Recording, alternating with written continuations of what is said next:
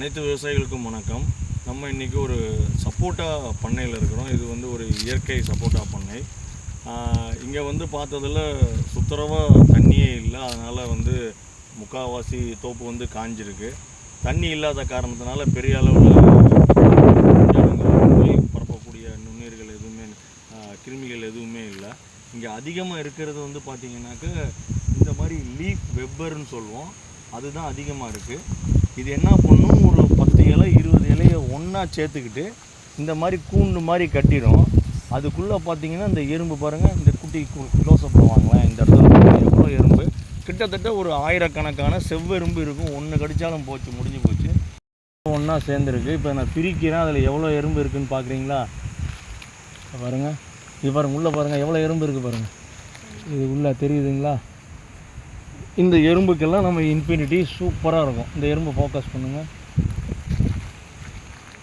Okay right. இது infinity அடித்தா பக்கா ரிசல்ட் இருக்கும் இந்த எறும்புக்கு.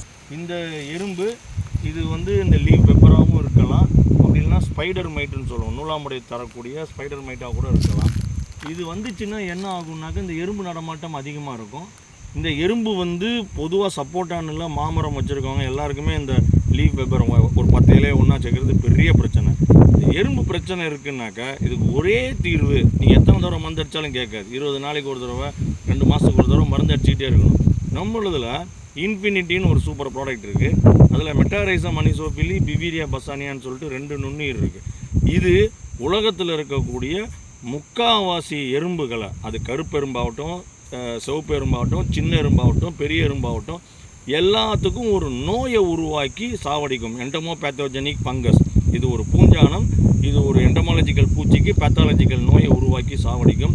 ஸோ இந்த எறும்பு பிரச்சனை அது என்ன வேணால் காரணமாக இருக்குது அப்படின்னாக்கா நீங்கள் இன்ஃபினிட்டி ஏக்கருக்கு 2 பாக்கெட் அளவில் மொதல் டோஸு ஸ்ப்ரே பண்ணணும். இது மேலே படுற மாதிரி ஸ்ப்ரே பண்ணணும்.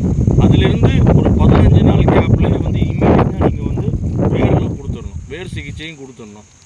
ஏக்கருக்கு 2 பாக்கெட் நீங்கள் வந்து தேவையான அளவு தண்ணியில் கலந்து ஸ்ப்ரே பண்ணணும். வேர் சிகிச்சையும் கொடுத்துட்டிங்கன்னா அந்த எறும்பு பிரச்சனையிலேருந்து உங்களுக்கு நிலைத்த நீடித்த நிரந்தர தீர்வு கிடைக்கும். ஸோ உங்களுக்கு இந்த மாதிரி உங்கள் தோட்டத்தை பார்க்கணும், இந்த மாதிரி ஆலோசனை வேணும்னாக்க கீழே இருக்கிற நம்பரை கான்டாக்ட் பண்ணுங்கள். We will give best advice to you. Thank you.